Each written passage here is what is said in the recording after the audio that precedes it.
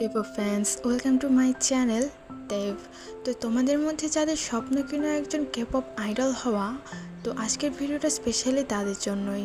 কেননা আমি এই ভিডিওতে বলবো একজন K-pop আইডলের ঠিক কী কী ট্যালেন্ট থাকা প্রয়োজন। তো চলো বেশি কথা না বাইরে শুরু করা যাক মেন ভিডিও। আশা করি ভিডিওটা তোমার কাজে লাগবে। তো শুরুতে একজন পারফেক্ট K-pop আইডল হতে তোমাকে গান আর নাচটা পারফেক্টলিভাবে করতে হবে। আর তুমি যদি খুবই ভালো নাচ করতে পারো বা গান বলতে না পারো, বা খুব ভালো গান বলতে পারো বা নাচ করতে না পারো, তাও কোনো প্রবলেম হবে না। যে কোনো অ্যাটিক দিয়ে পারফেক্ট হলেই যথেষ্ট। আর ভালো গান জানতে পারলে এটা বেশি ভালো হয়, কেননা নাচটা সবাই তেমন পারে না। আর তোমাকে ক্যামেরার সামনে কমফোর্টেবল হতে হবে। তোমরা অনেক সময় লক্ষ্য করেছো K-pop আইডলরা কিন্তু ক্যামেরার সামনে সবসময় স্ট্রিক্টভাবে থাকে। তারা ক্যামেরার সামনে সবসময় স্বাভাবিক মুডে চলাফেরা করে।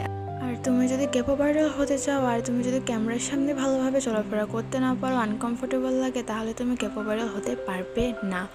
আর তোমাকে সবথেকে বড় ব্যাপার সেটা হচ্ছে তোমাকে ইংরেজি জানতে হবে। তুমি যদি কোরিয়ান না জানো তাও প্রবলেম হবে না, তোমাকে তোমার এজেন্সি থেকে তখন কোরিয়ান ভাষা শেখানো হবে।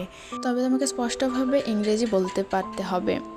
আর তোমাকে অনেক কিউট হতে হবে, তোমার মুখে এক্সপ্রেশন ভালোভাবে দিতে হবে। তোমরা লক্ষ্য করেছো K-pop আইডলরা কিন্তু সবসময় কিউটভাবে চলাফেরা করে, তাই তোমাদেরও ঠিক একই রকম হতে হবে। স্টেজের মধ্যে সবসময় একটু খোলামেলাভাবে চলাফেরা করতে হবে, দর্শকরা যেন তোমার প্রতি অ্যাট্রাকটিভ হয়।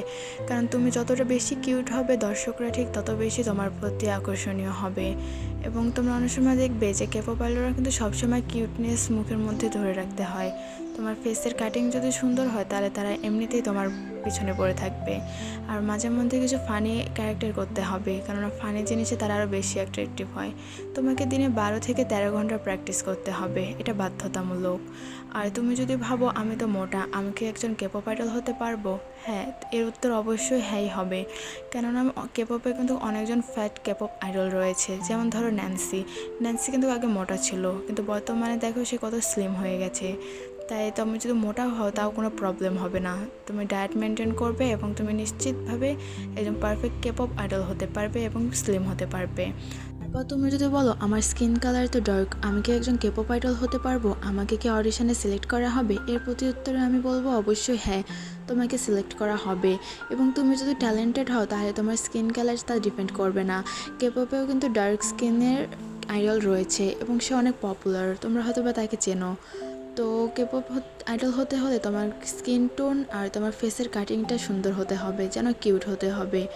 এতেই তুমি একজন পারফেক্ট K-pop আইডল হতে পারবে। আর K-pop আইডল হতে এজেন্সি থেকে অনেক সিক্রেট অ্যান্ড হিডেন নিয়মকানুন রয়েছে বা রুলস রয়েছে, যেগুলো কিনা তাদের এজেন্সিতে থাকে। তুমি যদি সেগুলো মেনে চলতে পারো তাহলে তুমি অবশ্যই একজন K-pop আইডল হতে হবে। কিন্তু তার পূর্বে তোমাকে পারফেক্ট হতে হবে, তোমার মনে আত্মবিশ্বাস আনতে হবে। কেননা তুমি যদি ভাবো যে আমি এটা পারবো, তাহলে তুমি অবশ্যই একজন পারফেক্ট K-pop আইডল হতে পারবে, তোমাকে কেউ আটকাতে পারবে না।